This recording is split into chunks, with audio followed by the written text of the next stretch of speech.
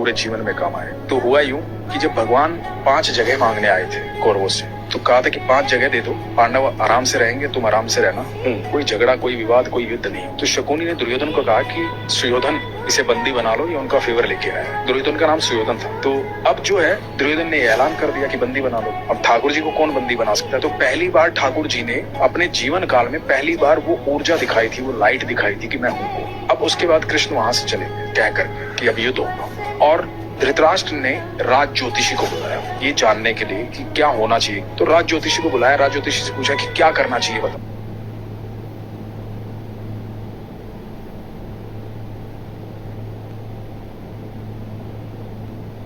तो राज ज्योतिषी ने कहा कि महाराज, सुयोधन की कुंडली में राजयोग, कोई हरा ही नहीं पाएगा, निश्चित तौर पर राजा बनेंगे, आप युद्ध करो। और सिर्फ इस बात पर युद्ध का ऐलान, और युद्ध शुरू हुआ। जब युद्ध शुरू हुआ तो उसके बाद 3 दिन बीते, कौरव हारने लगे थे। तो राज ज्योतिषी को फिर से बुलाया धृतराष्ट्र ने और कहा कि ये क्या चल रहा है। बोला, महाराज मैंने परिणाम की बात की, अभी तो युद्ध शुरू हुआ है, परिणाम जो होगा उसमें सुयोधन राजा बनेगा, सुयोधन विजयी होगा, आप राज तिलक की तैयारी कीजिए। ठीक है। अब धृतराष्ट्र लगातार चिंता में था। 8 दिन बीत गए, आधी सेना निपट गई थी कौरवों की। अब ये दिखाई दे रहा था साफ साफ कि कौरव हार जाएंगे, पांडव जीतेंगे। तो फिर से बुलाया गया राज ज्योतिषी को।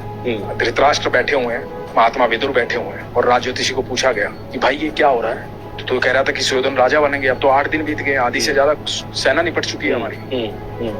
तो पता है राज ज्योतिष ने क्या कहा था कि वहां कोई है जिसने नक्षत्रों की दिशाएं बदल डाली।